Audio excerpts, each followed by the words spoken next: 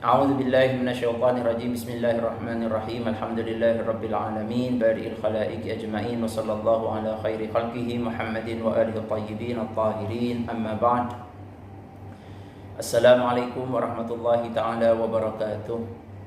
Auladi al-ahibba, pada pertemuan yang lalu alhamdulillah kita sudah mempelajari salah satu isim yang dibaca nasab, yaitu al-maf'ulul mutlaq, di mana kita sudah membahas dan belajar bersama terkait tentang definisi daripada maf'ul mutlaq itu sendiri, bahwa maf'ul mutlaq itu adalah masdarun yudhkaru ba'da fi'lin min lafdhihi li ta'kidihi aw li bayani naw'ihi aw adadihi. Bahwa maf'ul mutlaq itu adalah masdar yang disebutkan setelah fi'il dari lafadznya, bertujuan untuk menguatkan atau menjelaskan macamnya atau menjelaskan jumlahnya. Dan pada pertemuan kali ini kita akan sedikit membahas tentang perbedaan di antara ketiga daripada tujuan kita mendatangkan maf'ul mutlaq. Bahwa maf'ul mutlaq sebagaimana yang disebutkan di dalam definisinya, tujuan yang pertama di antara tujuan-tujuan yang kita mendatangkan maf'ul mutlaq adalah untuk menguatkan. Ternyata untuk yang bagian pertama ini, untuk masdar yang digunakan di dalam maf'ul mutlaq untuk menguatkan itu tidak boleh dimusannahkan dan tidak boleh dijamakkan. Jadi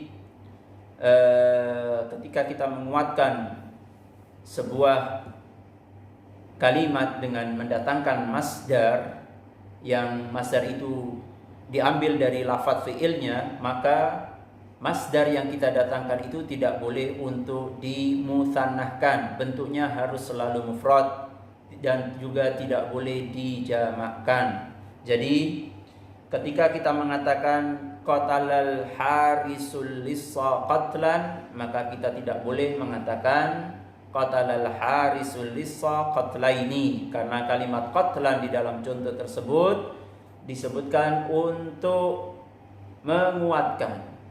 Dan ketika fi'il yang digunakan atau masdar yang digunakan itu adalah untuk menguatkan, tujuannya untuk menguatkan, maka tidak boleh untuk dimusannahkan atau dijamakkan. Sementara apabila masdar yang didatangkan untuk menjelaskan bentuknya atau menjelaskan macamnya, maka masdar tersebut boleh untuk dimusannahkan, boleh dijamakkan. Satu lagi bahwa apabila masdar yang didatangkan itu untuk menjelaskan bentuknya atau menjelaskan macamnya, maka boleh dimusannahkan, boleh dirubah dari bentuk mufrad menjadi musanna atau dari bentuk mufrad menjadi jamak. Contoh semacam hakamtu hukmaini atau hakamtu ahkam, saya memutuskan dua hukum atau saya memutuskan sejumlah hukum.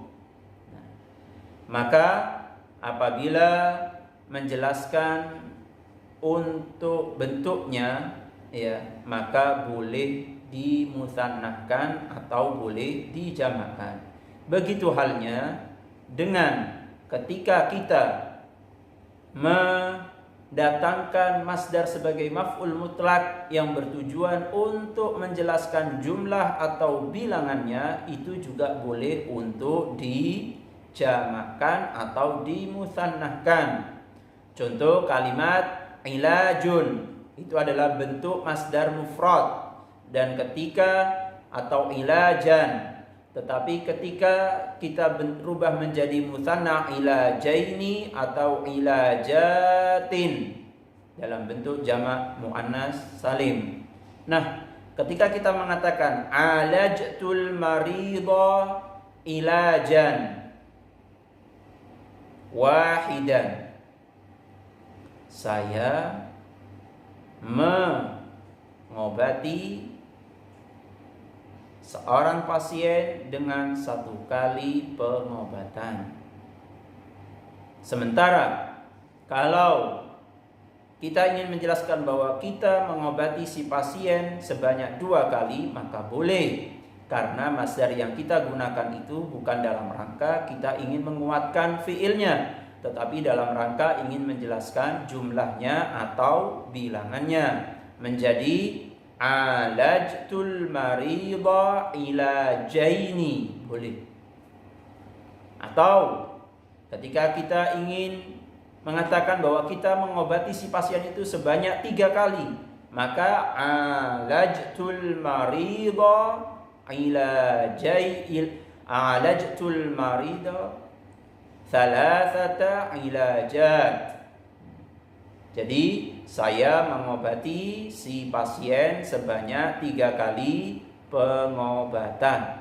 Jadi dari sini kita bisa dapat mengetahui apa perbedaan di antara masdar yang didatangkan untuk menguatkan dan masdar yang didatangkan untuk menjelaskan bentuknya, atau masdar yang didatangkan untuk menjelaskan jumlah atau bilangannya.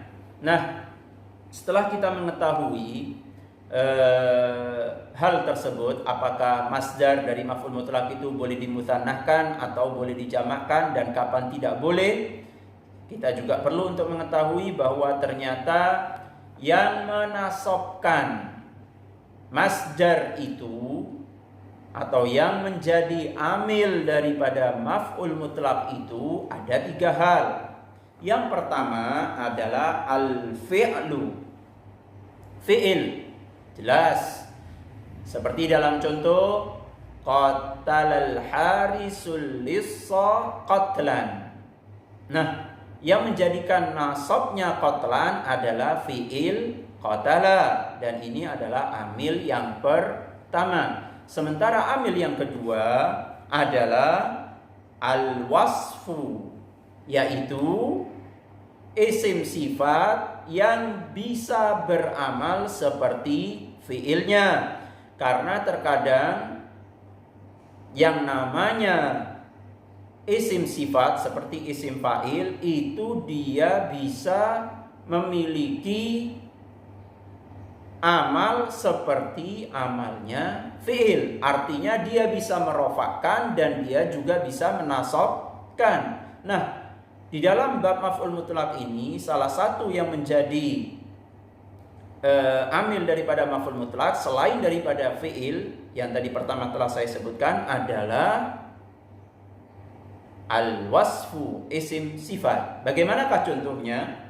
Ya, kita ambil dari bentuk isim fa'il, yaitu ijtahada yajtahidu ijtihadan wa mujtahadan fahuwa mujtahidun. Bentuk isim fa'il daripada kalimat ijtahada adalah mujtahidun. Kita lihat bagaimana kata mujtahidun ini bisa beramal seperti fi'il karena dia bisa menasabkan. Apa yang dinasabkan? Yang dinasabkan adalah masdar, dan masdar itu menjadi maf'ul mutlak. Oleh karenanya amil yang kedua yang bisa menasabkan masdar itu adalah isim sifat. Sementara yang pertama tadi adalah fi'il. Bagaimanakah contohnya untuk amil yang berupa isim sifat? Coba perhatikan contoh berikut ini.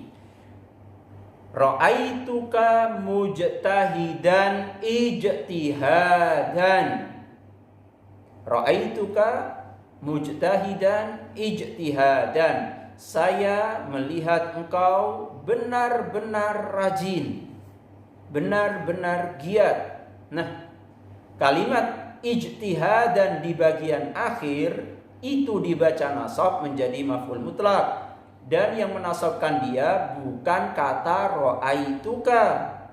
Karena dalam kalimat tadi berbunyi ra'aituka mujtahidan ijtihadan.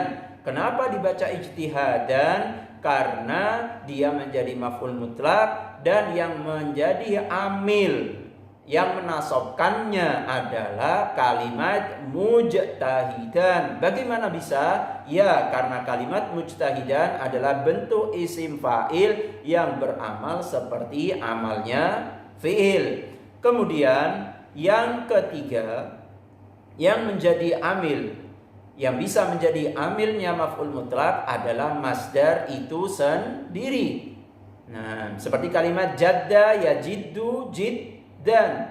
Nah, yang artinya adalah bersungguh-sungguh. Kita lihat di sini nanti di dalam contoh ini ada dua masdar.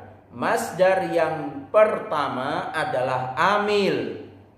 Sementara masdar yang kedua adalah yang dinasobkan oleh amil atau masdar yang pertama. Coba perhatikan contoh berikut ini. Surirtu bijiddika jiddan fi talabil ilmi. Surirtu bijiddika jiddan fi talabil ilmi. Aku bahagia, aku senang dengan kesungguh-sungguhanmu di dalam menuntut ilmu. Di dalam contoh tersebut kita lihat ada dua kalimat jid, yang kedua-duanya adalah masdar dari kalimat jadda yajiddu jiddan.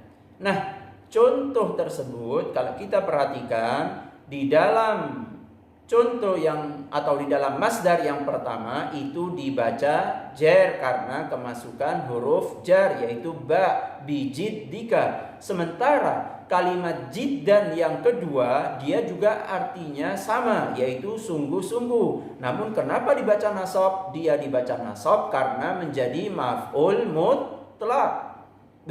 Manakah amilnya?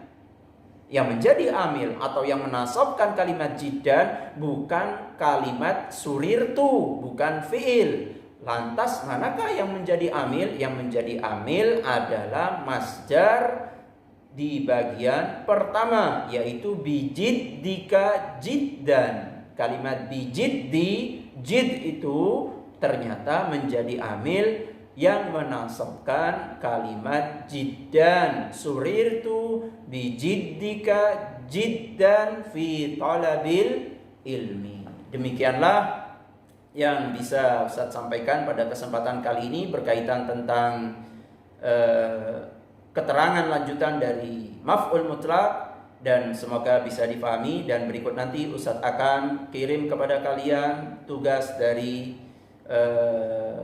pembelajaran selama 2 kali pertemuan ini, dan insya Allah dari hasil tugas tersebut kita akan ambil nilai untuk nilai bulanan kalian.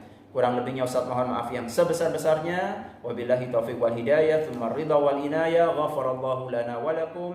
Assalamualaikum warahmatullahi wabarakatuh.